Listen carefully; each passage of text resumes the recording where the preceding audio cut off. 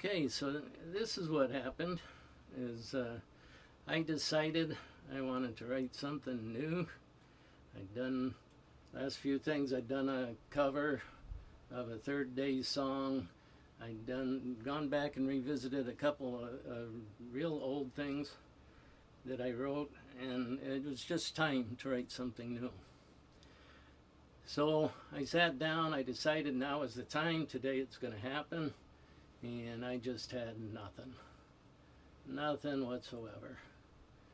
So I'm trying to figure out a way to get started, and I don't usually do this, but I decided I'll start with a drum beat. Maybe that'll be the trigger to kind of get things going. So I fished through my available drum loops, and I came up with this one here.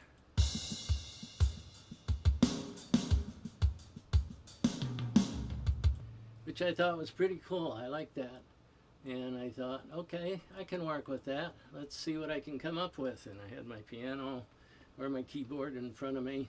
And I tried with a couple different voicings on it, trying to come up with something. And it wasn't happening. I tried with the guitar. It wasn't happening. But I was determined that I was going to at least start to write a song, a new song. You know, after a while you start getting frustrated, bored, what have you. So your mind starts wandering and you start thinking different things. And I got this weird thought. This is a drum pattern. If you look at the way things are laid out, all these little markings here are beats. And they're all beats on different drums and what have you, and that's how the drum loops work in the MIDI editor. Over here is like a regular keyboard layout, but instead of a note, it's a drum. You see that? And up here we got a snare. Up here we had a cymbal, and each and every one of these is a different drum voicing. And so that's how that works when you're working with a drum loop.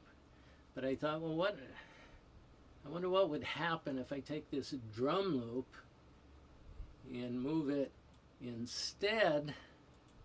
If I move it over to a different type of instrument, such as maybe a piano, if I can find where there's the piano.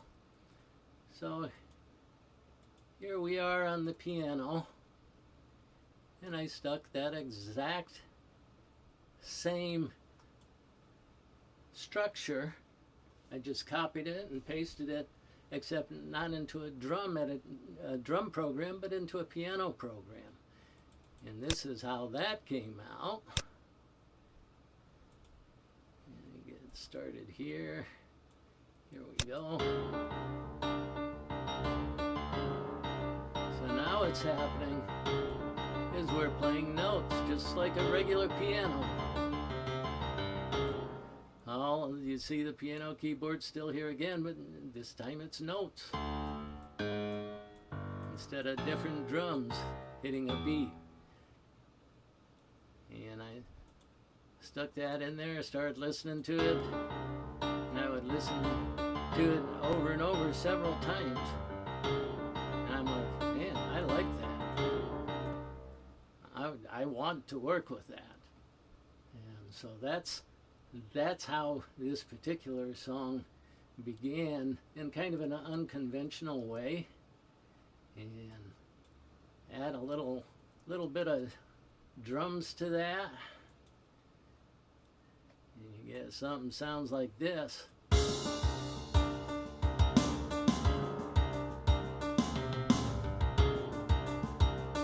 Just a really very tight and kind of funky kind of thing happening there.